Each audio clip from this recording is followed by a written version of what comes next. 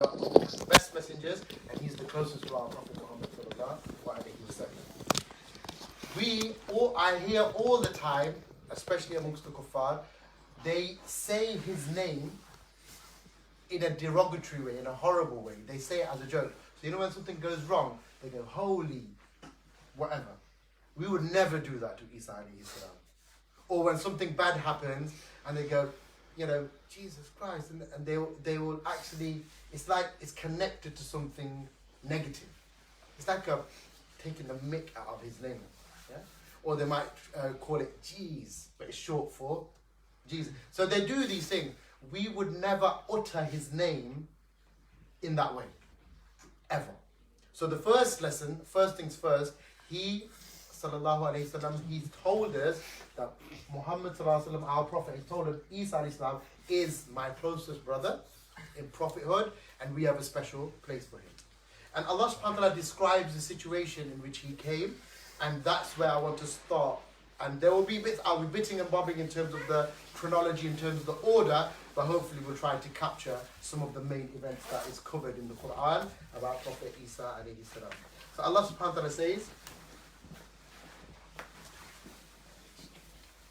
بعد أعوذ بالله من الشيطان الرجيم ومصدقا لما بين يدي من التوراة ولأهل لكم بعد الذي حرم عليكم وجئتكم بآيات من ربكم فاتقوا الله وأطيعون. Allah subhanahu wa ta'ala, he says that he's talking about Eesa alayhi salam, that he came confirming what came before, musaddiqan lima, he confirmed what came before, and he also came to clarify what came before from the Torah, and to make the things that the people from the time of Musa, previous generation, Bani Israel, had corrupted, to clarify them. And he told them, فَاتَّقُوا اللَّهَ وَأَطِيعُونَ, so fear Allah and obey me. I'm the latest edition of prophethood. I'm the latest messenger. I'm here to give you the latest upgrade, if you like, in messengership. So he came, and he came with that clarification. Now, in comparison to the other prophets we've covered, he was different. So Nuh alayhi salam and Musa alayhi salam, the last two that we covered, they were very strong, okay? In terms of physical strength, they were very strict. They were very, not harsh, but they were very blatant. So they even made dua, oh Allah, destroy our people. Yeah? Don't leave any of them because they're so bad, just finish them all. But Eesa alayhi salam was different, very merciful, very loving, very forgiving, very compassionate. Not that the others weren't, but that was how he was described by the Prophet ﷺ, as being compassionate, as being loving. Now, he himself, in order to appreciate Eesa alayhi salam, we've got to appreciate some of their background. Who was his mother, and what is his lineage? Because Allah subhanahu wa ta'ala, when he talks about him, always connects it back to that. So Allah subhanahu wa ta'ala says, إِنَّ اللَّهَ اسْتَفَى آدَمَ وَنُوحًا وَآلَ إِبْرَاهِيمَ وَآلَ إِمْرَانَ عَلَى الْعَالَمِينَ. Allah has raised, if you like, Allah has raised those people, Adam, Nuh, Musa, etc. But he also included Ala Ibrahim, Ala Imran, that his whole family, Al Imran, their whole lineage, they are better than all of mankind. Ala al-Alamin. So that's his background. Now, we all know the story, although it's not Christmas Day, we know the gist of the story. And the gist of the story is that Eesa alayhi salam was born to Maryam alayhi salam, virgin birth, no man had ever touched her, and she was shocked about it. She was raised by Zakaria alayhi salam, that he looked after her, he fed her, all these things. And maybe on a separate day we could have a series on the greatest women, and we'll go into detail about the greatest women. But she, his mother, Eesa alayhi salam, his mother was the greatest woman ever made. So the Prophet ﷺ said, the greatest woman ever to be created, or the best four, from them, Maryam alayhi salam is number one. She's the best. So she's the best of all the mothers ever. Now, why do I say this? Because the version that the Quran explains is the truth, which is the next lesson. The Quran is the truth. It's not been corrupted. So within the first, and this, I tell you why, I'm not just saying this because I'm, making some empty statements. within the first 200 years of Christianity, after Eesa alayhi salam passed away, within the first 200 years, there were more than 20 copies, 20 editions, variations of the Injil. 20 variations of the Bible within the first 200 years. And then what happened is the council at that time, the Nicene Council, that decide on what Christianity is, they decided to get the 21 copies, and they said, we're just going to focus on us. You could accept the argument, said we're going to focus on one. We're going to pick the best 3. So they had 21, we're going to pick the best 3 copies, the ones that are the closest to the truth. How did they decide? Not by reviewing the text, by having a vote. That proper face palm. At least let's analyze the text of what it is. Let's look at the strength of its evidence back to the origin of the narration. No. We're going to have a vote, which is the best copy. So we have a version, the Quran, which is untampered with. So we have a version which has been the same for the last 1440 years, whatever it is. Not altered, not one sound, not one letter out of place. So we have the truth. We have the real version of events. That is something dear to us. So not only do we love Eesa alayhi salam, we have the true version of his life and his history. So this is something that we also need to bear in mind. The next point, and it's a common theme, and I hope you're starting to see common lessons coming out from the Anbiya. When his mother, Eesa alayhi salam's mother, was about to give birth, and she, found herself going through labor, going through the pains, and Allah subhanahu wa ta'ala told her to shake the tree. She went under a palm tree and she was in pain, like dying. She goes, I wish I was dead. I didn't have to go through it. I wish I would rather die than have to go through this. And Allah subhanahu wa ta'ala told her, do not stress. Why are you stressing for? Shake the tree and Allah will reveal, drop the dates. Shake the tree and, a spring will gush forth to give you some water. Now, just like Musa alayhi salam, it wasn't the staff that parted the water. Just like Ibrahim alayhi salam, it wasn't him sitting in the fire that cooled the fire. Just like Nuh alayhi salam, it wasn't his ship that managed to manage all the waves. It was Allah doing it. But Allah is teaching us a lesson time and time and time again. You've got to do your part, even if it's a symbolic gesture of shaking a tree. If you don't do your part towards victory, then you're not fulfilling what Allah is telling you to do. So we have to do our part. Like Maryam alayhi salam, do your part. And Allah will do the rest. So this is another lesson from her life. To get victory, to get support, when Allah tells us to do something, we've got to do that part ourselves. We can't neglect on that and expect Allah subhanahu wa ta'ala to just grant it to us. We have to do our part. Now, when Eesa alayhi salam was born, and if we all, inshallah, when we all get to Jannah, and we are allowed to replay parts of history, replay time with our loved ones, replay time with maybe our ancestors. Let's find out who was the first guy who brought Islam to Hind. Who was the first guy who's going to get the reward of all of our shahadas, that brought Islam there. It would be nice to meet him. One of the scenes that I would like to replay and ask Allah subhanahu wa ta'ala to replay is when Maryam alayhi salam came back to her people, and she came with a little baby in a manger, and she was holding him, and she was not allowed to talk.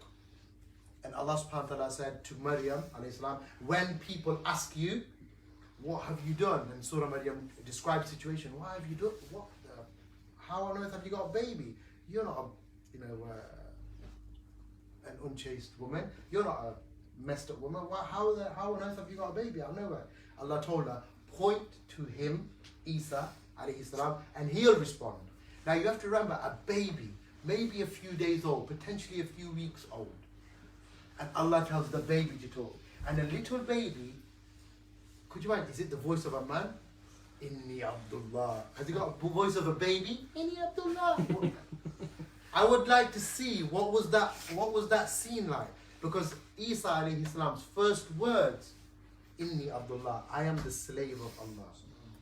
Indicating the most honorable position any of us can reach is a slave to Allah. And he says, I am a slave of Allah. I have got to pay my zakat, I've got to pray, and I've got to be dutiful to my mother. They were his first words. Right? Now for us, and this is a really important point, we all worship something. We all worship something, whether it's money, whether it's our fame, whether it's reputation, whether it's movies, whether it's football, whether it's we all worship something, whether it's trends in society, so looking a particular way. Eesa alayhi salam taught us, what should you worship? It's only Allah subhanahu wa ta'ala deserving of our worship. So who's watched Avengers trailer? It came out today. Yes? So there are some people straight away. And it's like, could you imagine? There was people who are talking about, it's called Avengers trailer coming out. People wake up in the morning and talking about it's going to be released today and all this kind of stuff. Be careful we don't end up worshipping these trends in society, where we think just to fit in we have to keep up with those things. If someone watched it, fine, you watched it. No, I'm not dissing that. I'm saying be careful it doesn't replace your love for Islam in your heart. That you think, oh yeah, this is actually better than Islam. Because it's not at all. So, Eesa alayhi salam used to, he explained that. Now, Eesa alayhi salam, his life was filled with lots of miracles. Loads. So at the time, every generation, they were experts at certain things. So at the time of, Muhammad sallallahu alaihi wasallam, we know they were experts at language, Allah sent the Quran. At the time of Musa alayhi salam, they were experts at magic and sorcery and all this kind of nonsense. And Allah subhanahu wa ta'ala made Musa alayhi salam be expert in that. And you trump all of them. At the time of Eesa alayhi salam, they were very good at medicine, curing, healing, all these kind of things. So Eesa alayhi salam had to smash their miracles and say, no, actually what you've got is nothing on me. So the famous example where he got the bird, fashioned it out of clay, breathed into it, and the bird started flapping and flew away. So he brought a clay bird to life. The person who was born blind. I'm not talking about laser surgery or people. They were born blind. With his hands, he rubbed it on the people's eyes and they could see it again. He brought the dead back to life. So these are things which were, unheard. There were miracles to prove his prophethood. Now he did these things and people still didn't believe. Now when he did this, and this is an interesting one of the miracles that he could do was he could tell you, alayhi salam, he could tell you what your family were doing at home. Now, the scholars say there's two reasons why that was a miracle and why he did those miracles. Number one, the first reason is because the people at the time of Eesa alayhi salam, they used to take the mick out of him. So they used to be really sarcastic, take the mick out of him, call him a weirdo, call him all these things. And Eesa alayhi salam, and they used to say, go on then, tell me what I've got in my room. And Eesa alayhi salam, well, you've got this, this, this, and this, and I know you've hidden this under your mattress. And he's like, what? How did you know that? He would tell them, I know right now your mum is doing this, she's making this. And they would be shocked because when they go home, they find out their mum was actually doing that. And he's like, how on earth do you do that? So the first reason why he did those miracles was because he wanted to disprove them and say, in your face, kind of thing. The second reason, which is interesting because it's quite scary as well, the second reason was because he did that to the believers at the time who were shaky. Because the believers at the time of Eesa alayhi salam, because remember the Jews at the time, they used to think that Eesa alayhi salam was born out of zina. Yeah? The Christians at the time, they ended up calling him the Son of God. Or, stuff like that. So there were some of them who claimed to be believers, but they were a bit iffy. They said they were believers, they said they were Muslim, but they were a bit iffy. And Eesa alayhi salam used to tell them what they used to do in their house to say, don't blag to me, I know what you're really like. So the lesson from that is, be careful of nifaq. Be careful of hypocrisy because the prophets know. And Allah subhanahu wa ta'ala knows. So he used to say to him, you're saying that, but how can you do this? So you could see Eesa alayhi salam would do these miracles to prove his prophethood, to strengthen his call. Now despite this, as was the case with all of the Anbiya, despite this, and whatever it is that he did, this is the next part. Allah subhanahu wa ta'ala, he described the people at the time. Allah subhanahu wa ta'ala says, وَلَقَدْ آتَيْنَا مُوسَى الْكِتَابَ وَقَفَّيْنَا مِنْ بَعْدِهِ بِالرُّسُلِ. We sent Musa alayhi salam with the scripture, and after him, مِنْ بَعْدِهِ بِالرُّسُلِ. Then we sent other messengers. And he's talking about Eesa alayhi salam. وَآتَيْنَا Eesa ibn Maryam, that we sent Eesa, the son of Maryam, with al-bayyinat وَأَيَّدْنَاهُ بِرُوحِ الْقُدُسِ. We sent him with clear signs and we strengthened him with the Ruh al-Qudus, i.e. with Jibreel alayhi salam sending him the revelation. One problem Eesa alayhi salam used to say that he faced with his people, and Allah subhanahu wa ta'ala says, the people followed the rules looking for the loopholes. They followed the rules of the Torah, followed the rules trying to actually undermine them. They followed the rules, but they really didn't like to follow the rules. They followed the rules because they had someone looking at them. Because they did it grudgingly. They followed their Sharia without loving it. And Allah subhanahu wa ta'ala said that wasn't acceptable. You have to follow with heart and mind. Not just be convinced of something and say that you're following it. I pray 5 times a day because it's fard. But you don't feel anything. And Eesa alayhi salam came to revive those hearts and said, when you pray, when you say you're Muslim, when you speak the truth, when you carry dawah, when you obey your parents, when you're working hard, don't just do lip service to them. You've got to actually believe that. You've got to actually like it. You've got to actually love it. And Eesa alayhi salam came to actually stop their hearts becoming rusty. Because hearts can become rusty. That initially when you feel Islam and you want to do something powerful, yeah, I'm on this thing. Then after a few hours, days, weeks, months, whatever it is, it dies. Eesa alayhi salam came to stop that rust from settling into our hearts. And he said, we can't follow Islam like that. And with us, how many of us, just think like a reflection point, how many of us pray sometimes a bit like that? How many of us really love to pray? How many of us know that it's so easy to pray tahajjud in winter? So easy. Because Isha is done by 6 o'clock. So the ulama say the best thing about winter is the long nights, easy tahajjud. Simple. But now, bang bang, bish bash bosh, get the salah done, you don't have to think about prayer for the next day. I'm going to pray early, Isha, so I don't have to think about prayer. I've got time. You understand? It's like a burden. We can't follow it like that. You have to follow it knowingly, loving it. This is important. Next thing.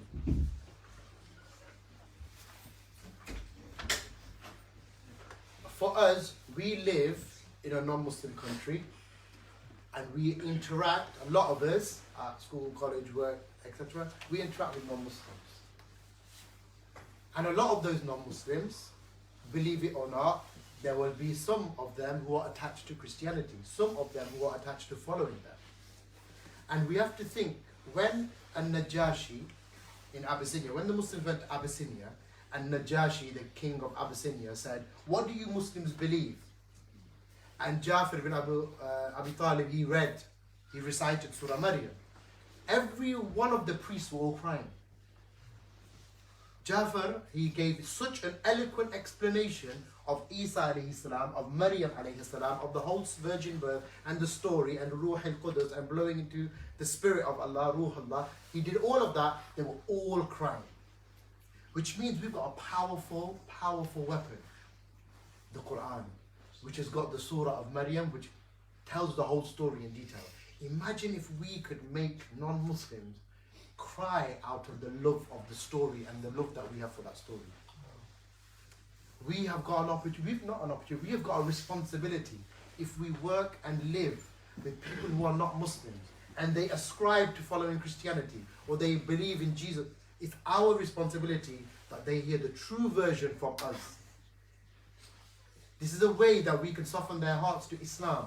This is the way that we can say, we love Jesus actually more than you actually. Because we commemorate him in a way that he deserves to be commemorated. Not a token gesture where it's actually about everything but that. We actually understand his life, his message, his guidance that he brought for all of people for all times. So we've got, the next lesson, we've got a responsibility to do dawah and be ambassadors of Islam to the non-Muslims around us. The Surah Maryam teaches us that. How Jafar used it teaches us that. This is another responsibility that we have. The next lesson, and this is Surah Al-Ma'idah. the disciples of Jesus, the Hawariyun, they asked Isa alayhi salam, could you ask Allah subhanahu wa ta'ala to send a table of food, like buffet service, send it down so that we can eat from it. We just want to taste it. And Isa alayhi salam said, Ittaqillah, fear Allah, how can you ask me to do such thing? The Sahaba never asked the Prophet Muhammad ever to do something like that. They said, please. Isa said, no, you don't need this. They said, look, but think about it. If a table of food came from the sky, the people saw that, the people ate that, how could they deny after that? Just, this will strengthen us. This will make us better Muslims, better believers. Please ask Allah to send a table from the sky. Isa alayhi salam, remember, he was loving, compassionate, soft. Could you imagine if the Sahaba asked Khattab to do something like that? You know, good backhand, yeah? And they shut up and do what you do. But Isa alayhi salam said, okay, I'll ask Allah subhanahu wa ta'ala to send something. So Allah subhanahu wa ta'ala, he narrates the story. إذ قال الحواريون يا عيسى ابن مريم هل يستطيع ربك أن ينزل علينا مائدة من السماء? Could you ask Allah to send it down? Isa alayhi salam said, alright, I'll ask. But Allah subhanahu wa ta'ala put condition. Allah responded to Isa alayhi salam and said, okay, I'll send the table. I'll send the table of food. Al-Ma'idah table. I'll send the table of food. But here's the warning. If after seeing that table, if after receiving the miracle, you deny after that, I will give you a punishment that has never been meted out to anyone before, and you will suffer. Because if you are given a miracle and you still disbelieve, that is worse than being Ahlul Fatra and never having the message. You get the miracle, the deal is you see the miracle, you experience the miracle, you taste the miracle, you believe in the miracle, you go messed up after that, you deserve big time punishment. Big time. And they ate from it. And the people ate from it. And they had an Eid from it. And they kept on celebrating it out. And none of the food would go down. It would just keep getting replenished all the time. And after it went, they messed up. What's the lesson in it for us? The lesson in it for us is, who is the ummah that's been given the last miracle? The living miracle. The only miracle left for mankind. It's Quran. That's the only miracle left. All the other miracles are gone. We cannot experience them. They're gone. The only miracle left is Quran. The same warning applies to us. If after receiving the miracle, you sense it, you believe it, you prove it, you don't follow after that, you're going to get punished. You deserve real bad punishment. And Allah subhanahu wa ta'ala says, something which I have not punished my other creatures with, who they've never heard of this. So it's a warning for us. We've got the last miracle. If we turn our backs on that, after being blessed with the opportunity of having it, then we are in the big time problem.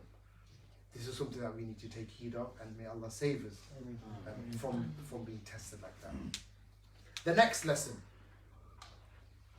Did you know what food was on the table that Allah subhanahu wa ta'ala sent?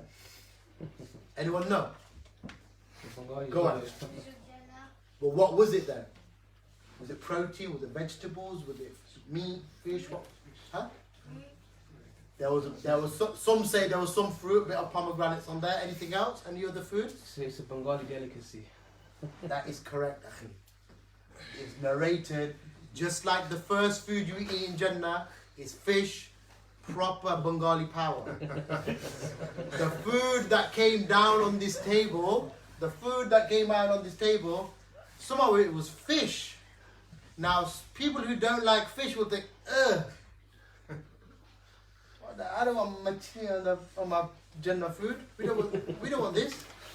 Why am I saying this? The reason I'm saying this because actually Quran makes no mention of what the menu was. Because you know why? Allah subhanahu wa ta'ala says it's irrelevant. Ilm la yanfa, has no benefit to know.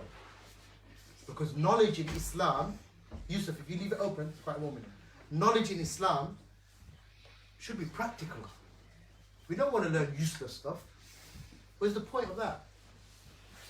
When Allah subhanahu wa ta'ala obliges you to do something, and He gives you, when Allah subhanahu wa ta'ala tells us to do something, and when we seek knowledge, it shouldn't just be just for the sake of just knowing something for the sake of knowing it.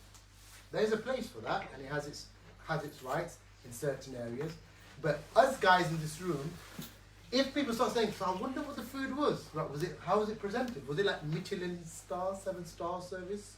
How was it like the food that you might get in Dubai or Qatar on these big posh hotels? Who cares? It serves no benefit. Allah is not bothered about the menu. Why are we bothered about it?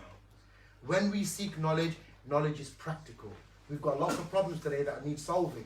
Lots of issues that we need to seek knowledge about. Lots of ahkam that we have to do. Fard of salah, of zakat, of working for khilafah, of hajj, of umrah, of responsibility of being a husband, of father, of so many things. Let's learn those things. Because that's real, that's practical, that's what Allah, that's ahkam sharia, that's to do with our action. We need to understand those things. So that's another lesson. Just be careful. We don't seek knowledge for the sake of knowledge in itself, but rather let's seek knowledge that is beneficial to us and it helps us to get Jannah from it, inshallah. Coming towards the end of his life, the normal trend is followed, where the Yahud at the time and the Romans at the time, they knew the truth.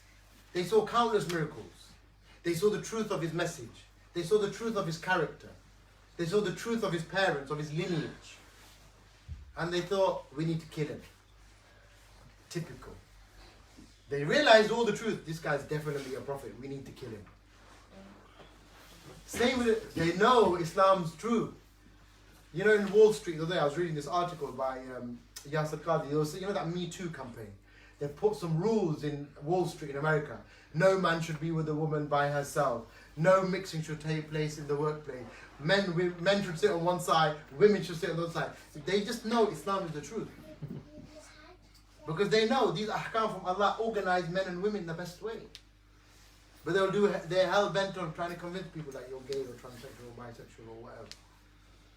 Because they've got a weird agenda. We have got the right to hold on to our identity.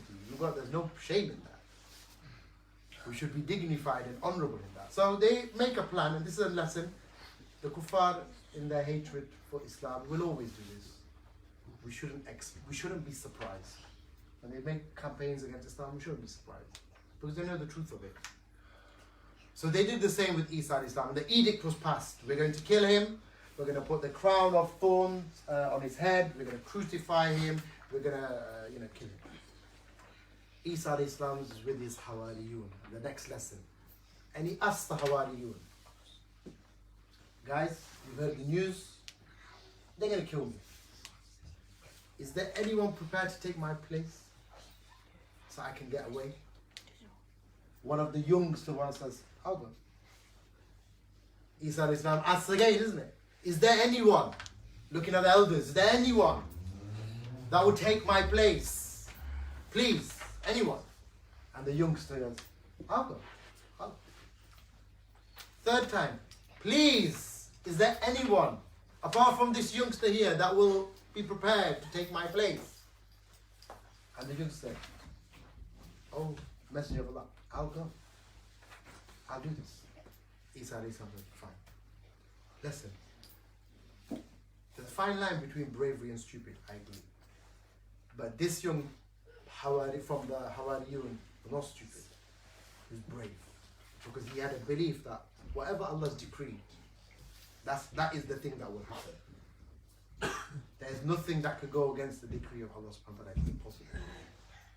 So he went and he stood up, and Allah subhanahu wa ta'ala changed Judas, who's you can go through whole. If you go into YouTube and type in crucifixion, F-I-C-T-I-O-N, you get there's Ahmed Dida, may Allah bless him, he's a lion of Islam. He smashes his whole story and beautiful. So go and watch that and learn about the whole story. But the whole story is all fake, and Allah subhanahu wa ta'ala in the Quran, he alludes to it.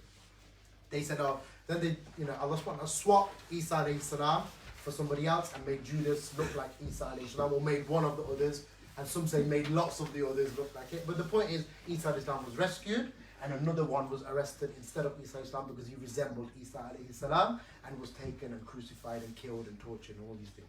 And Allah subhanahu wa ta'ala in the Quran he actually says that وَمَا قَتَلُوهُ وَمَا صَلَبُوهُ. They did not, neither did they kill him, neither did they crucify him.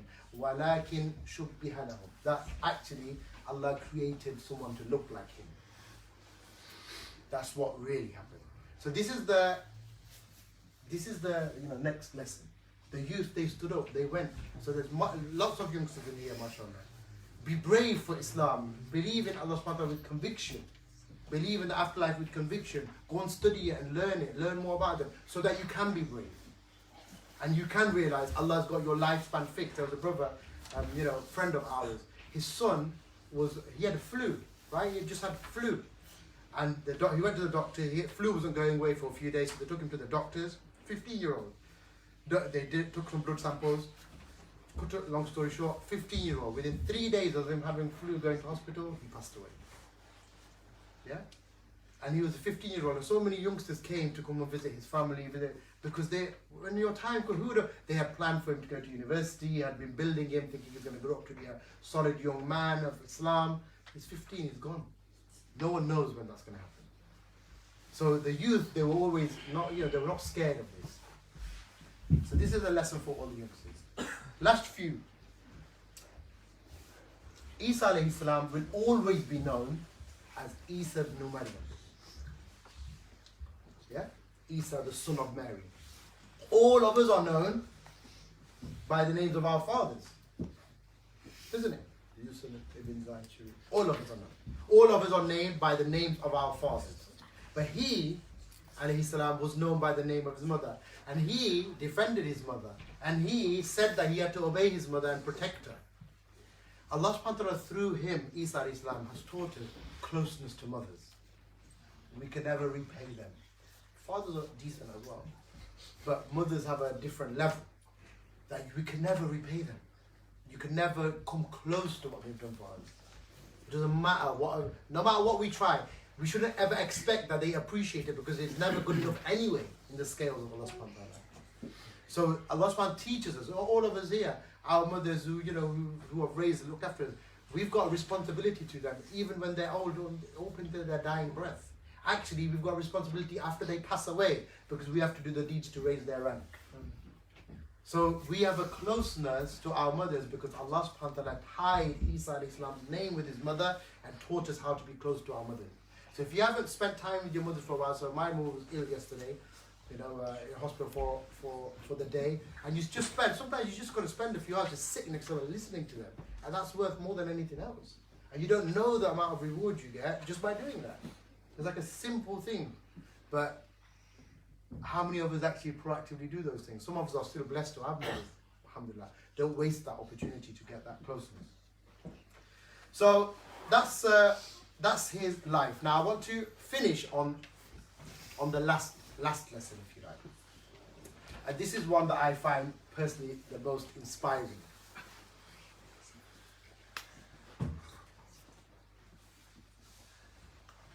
When Eesa alayhi salam was born, it created news all over Bethlehem, all over the world, because the star was shining in the sky, right? We know the story. And the people were following the star. It's true. The narrations of the Injil were, the Prophet said, some of them don't contradict ours, it's okay. There was a star. There was light emanating in the sky. And the news of a messenger was spread all over. And there were gifts sent. But then it gets a bit funny, so forget that part. But there was news, because the Jews of the time, they had already been told in the Torah that a messenger was coming. So they were on the lookout for a messenger anyway. So the messenger was coming. Now for us, we have got news that Eesa alayhi salam is coming back. He's coming back. Coming back, not from the dead, but he's coming back. You know why he's coming back? Because he's got unfinished business.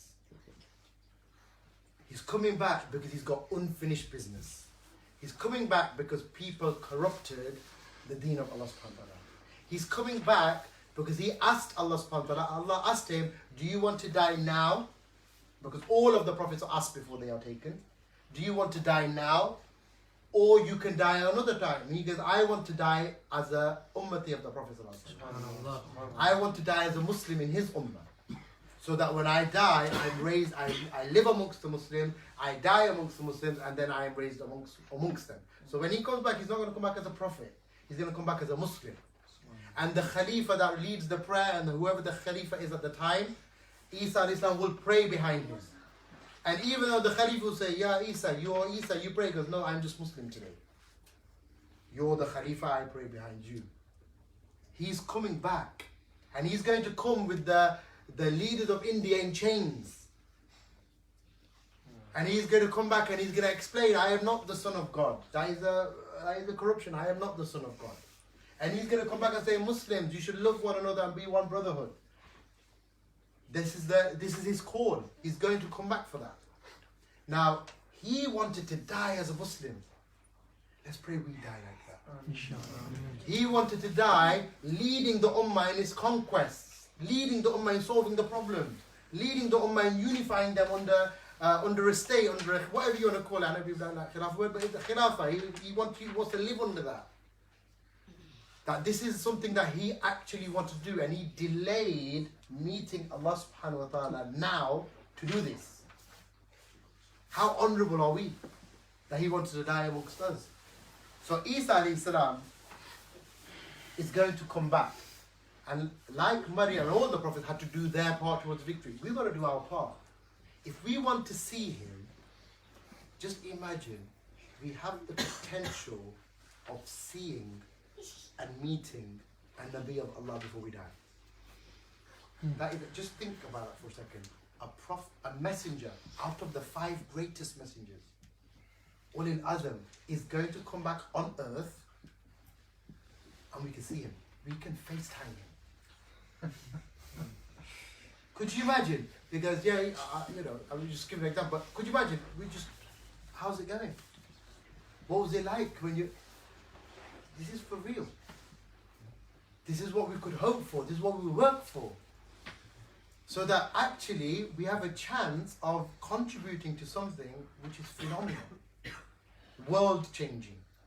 And obviously he'll come and then he'll live for a certain period of time. Some say 40 days, some say 40 weeks, whatever. The point is he's going to come back. And the point is we need to try to be the helpers of Allah subhanahu wa ta'ala. So humanity needs the guidance from the Anbiya. That's undoubted.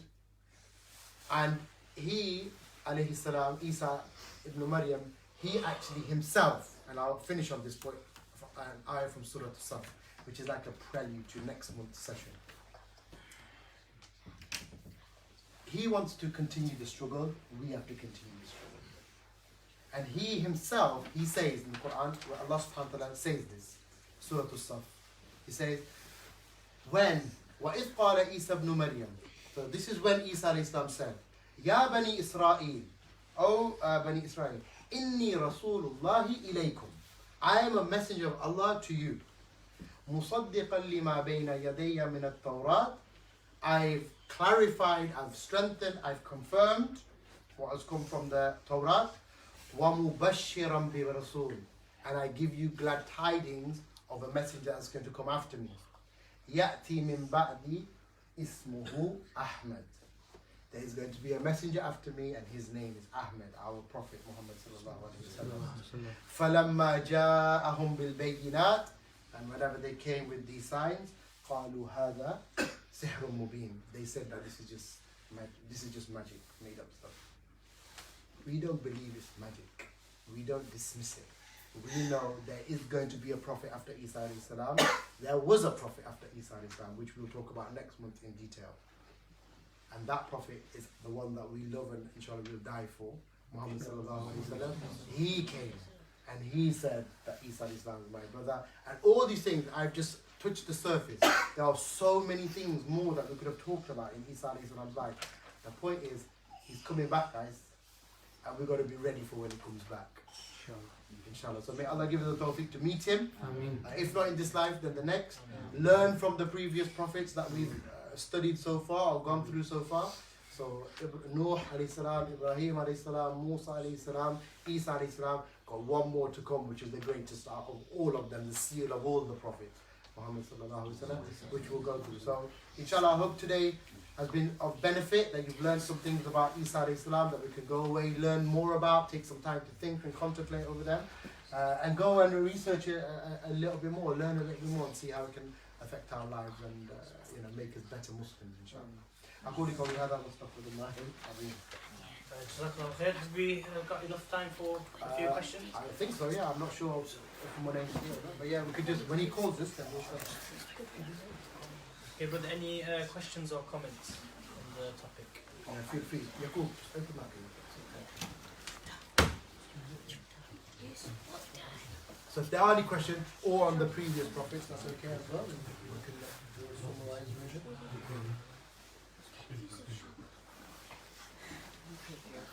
Does that explain your view?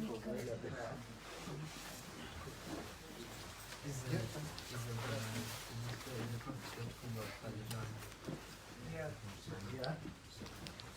But he's not coming back just to do that. That's one of the things he will do, but it's not just. So he's asking a question, will he fight Dajjal? Yes, he will, but that's not the only reason he's coming back. That's one of the things that he's just going to swat away. Yeah. I was just saying that sometimes when Allah asks us to do something, we think the result is impossible. So when she was hungry, maybe you know better, but and Allah said that shake the tree. You know how big the bottom of a tree is, and you push it, It's not going to move. it's not going to move, and that sometimes defeats us. We We can't do it. Yeah, we can't do it. It's such a big task. How can we do it? But Allah's just saying, take a step towards it. I'll do the rest. And you can imagine like a big tree. That's right. So we shouldn't have that mentality. It's impossible to shake the date down from the tree. We'll lay down. And she's pregnant as well, and she's like even weaker than us and things like that.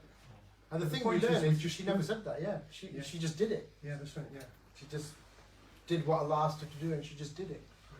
Because sometimes we can't understand why Allah asked us to say that. We've just got to do those things because Allah subhanahu wa ta'ala has told us to do them. Actually, there's an example that I didn't go through, but the Prophet ﷺ was sat with the Sahaba and he did a quiz, like a question. And he asked them, he said, so which tree is the most like the Muslim? Which tree, of all the trees in the world, which tree is most like the Muslim? And obviously the Sahaba were looking at each other thinking, okay, there ain't that many trees around where we are, so there's only a few options. So they said different trees, and the Prophet goes, no, not that tree. And they said another tree, goes, no, not that tree. And Umar ibn Khattab's son, lesson for you, Umar ibn Khattab's son knew the answer, but he didn't say because the senior guys didn't know the answer. So they didn't want to say the answer. So the Prophet ﷺ said, the tree which is most like the Muslim is the date palm tree. Because the date palm tree has the most flexibility in the gale and the hurricane. It doesn't snap easily. And when it gets blown, of course, once that wind goes, it gets upright again. Just like the believer. He gets thrown off course sometimes, makes some mistakes, do some sins, gets tempted, loses track.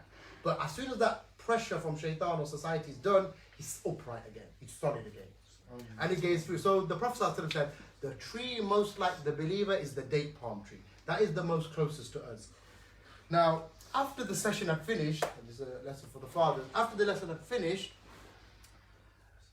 Umar ibn Khattab's son, Abdullah ibn Umar, he said, Ya Abati, oh father, I knew the answer, but I didn't say it because the elders there, they didn't know, so I didn't want to make them look a bit, like they didn't know the answer. So Umar Khattab goes, come again. And he goes, Dad, I knew the answer, but I didn't say it. Lick shot.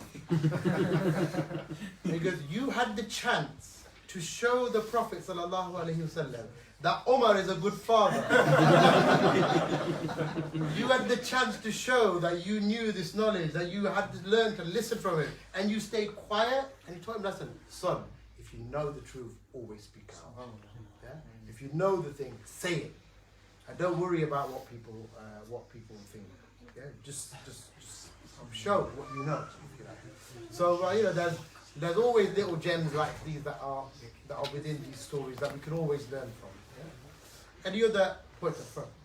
Just a really nice thing that you said about the non-Muslims and Christmas and all this, and how Ja'far ibn Abi Talib made all the kings of Abyssinia cry. This is right, subhanAllah. I was thinking to myself, what few words could we say, any of us here, to our neighbours or to the non-Muslims we interact with, just to make them cry a little bit? It's hard, isn't it? But Yeah. we've got to find that. That's the thing. Like, if you know there are non-Muslims who love Jesus, who believe in Jesus, just even a simple thing, we love him too. Do you know why we love him?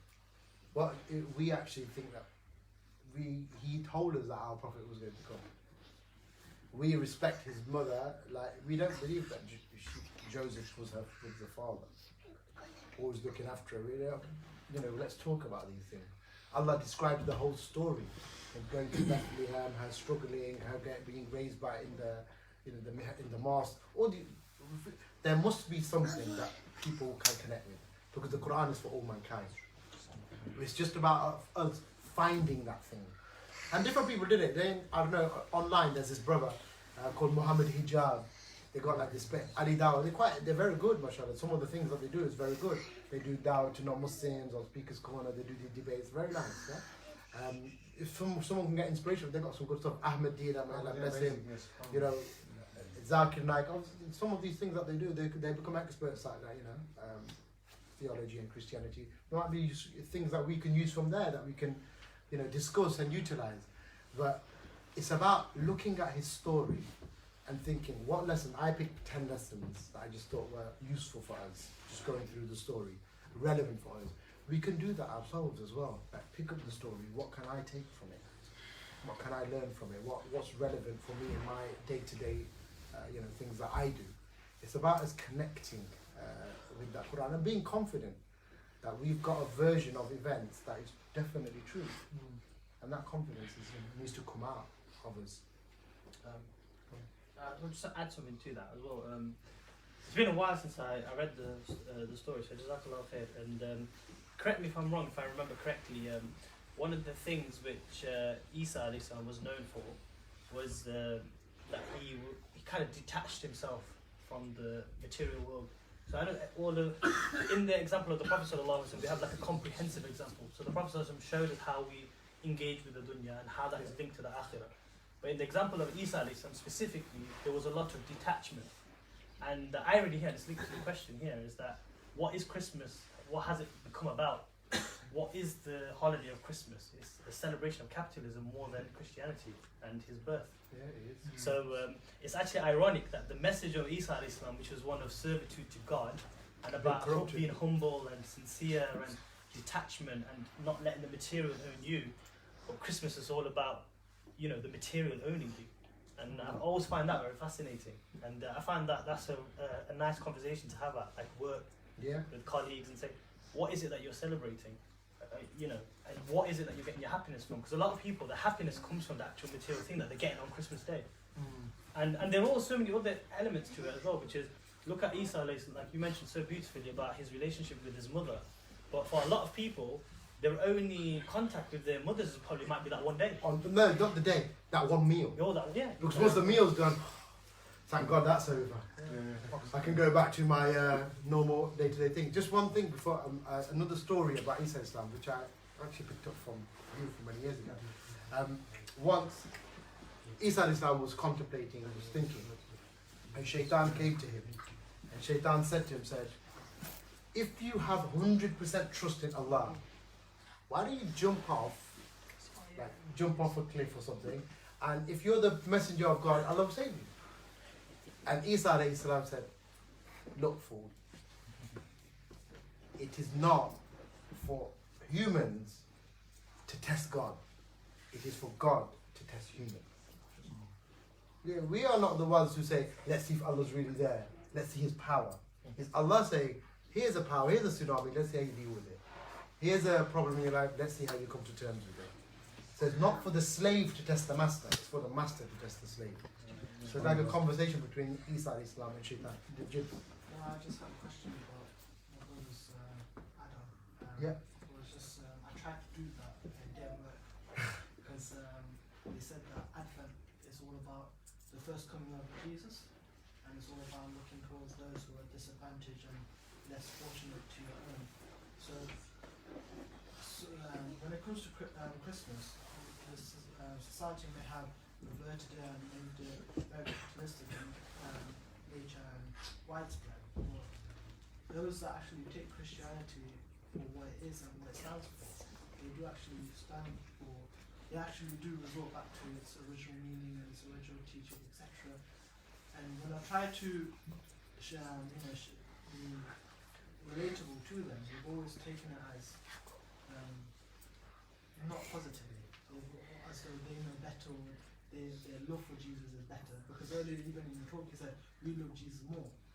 They've never positively responded to that. So how?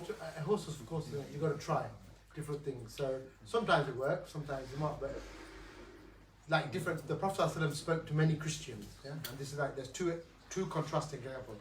One time the Prophet ﷺ spoke to some Christians, and they ended up doing a plot to try to kill him, yeah, because he tried to do that. Another time, the Quraysh said, "Yo, we can't deal with Muhammad ﷺ. Let's call our backup." And the Christians were the backup for the Quraysh. So they called the Christians and said, "Look, they were Christians from Najran, like a big Christian place." They called the Christians and they said, "Look, we haven't got much scriptures. We're kind of idol worship and money making kind of Arabs. You got some scriptures. Surely you could come up with some arguments against Muhammad sallallahu alaihi wasallam to kind of shut him up, because we got stones, fam. You guys got some words. You guys got some books. Please debate with him." So the Christian said, "Fine, leave him to us. Give us 3 days. We'll finish all his arguments. We got the true version of it." Anyway, the Christians go to the Prophet sallallahu alaihi wasallam. They spend a few days with the Prophet sallallahu alaihi wasallam, debating, discussing, clarifying, learning, listening. And then they come back. Quraysh are there thinking, done. So tell us, what did he say? They said, "Ashhadu an la ilaha illallah wa ashhadu anna Muhammadan abduhu wa rasuluhu." They're like, "What? We sent you to go and disprove him. You guys will come back as Muslims." They said, "Yeah, you're idol worshippers, you're wrong." So they got vexed with them and they ended up beating them. Yeah.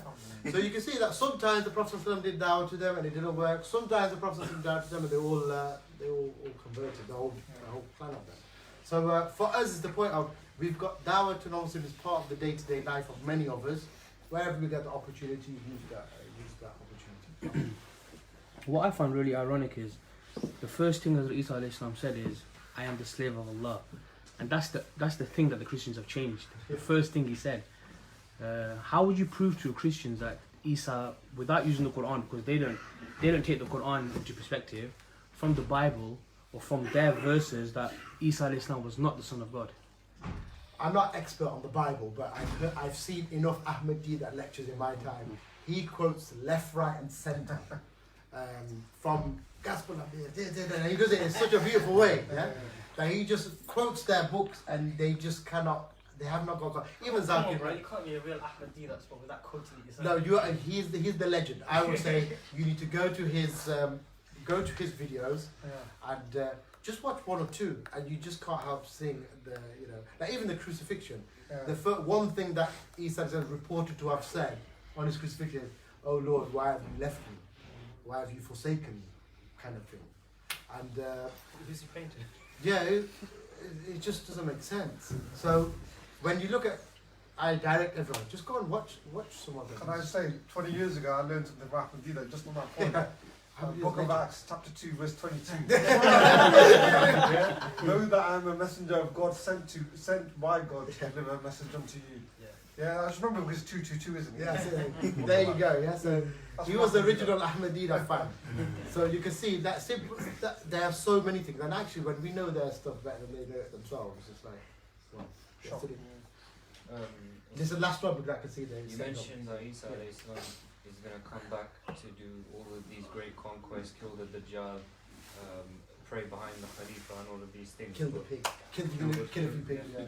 Break the cross, all of these things, but Eesa alayhi salam is of a special status, and he used to be a prophet, and obviously he's coming back as a Muslim, but he still has a special status, whereas Uzla we're just everyday guys. So how can we think of even relating to these great things that Eesa alayhi salam is going to do, and we're just not even scholars? No, it's wrong. Yeah? You know, so for example, you know in the Quran, Allah subhanahu wa ta'ala says, "Kuntum khayra ummatin ukhrijat lin-nas." Famous ayah, we all know it. You are the best nation brought forward for mankind. Allah, that doesn't just mean we're better than China, we're better than America, we're better than Britain, we're better than Brexit crew. Yeah? Allah's saying we're better than the ummah of Musa, we're better than the ummah of Eesa, we're better than the ummah of Noor, we're better than the of all the other anbiya. So when Allah says kuntum khayra ummatin, we're the best ummah, He's saying our ummah is better than all of the ummahs of the other anbiya. Eesa alayhi salam knew that. And Eesa alayhi salam said, I want to be with that best ummah. So he recognizes our status. The irony is we don't recognize it ourselves. He recognizes the status of the believers. That the believers, they are one to the exclusion of everybody else. They are, you know, the creme de la creme. So for us, we need to get out of this kind of like defeatist, pessimistic mentality. We are the best people. We have got the truth. We have got the guidance of Islam. We've got the sunnah of the Prophet. That is what this world needs. And we hold it. We have it. However much we have of it, that is, trust me, better than what's out there. Yeah. That's what we give. Even if it's, you know, whatever it is that you know, start with that. Everyone's got to start somewhere. So start with what you know. So it's not that we're not scholars, whatever. Again, I didn't touch on it, but I could have. One of the biggest corruptions at the time of Eesa alayhi salam, that the priests, they sold the deen for a cheap price because they allied with the rulers and they just justified everything that the rulers wanted to do. I didn't go through it, but the Prophet talks about it in detail. That the rabbis, they changed what is halal into haram, what is haram into halal to justify it. And actually, Eesa alayhi salam said, forget these priests.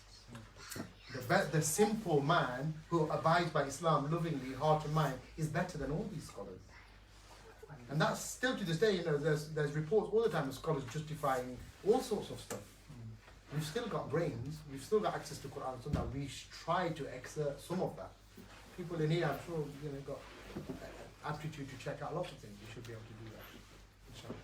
But anyway, let's go into the other room.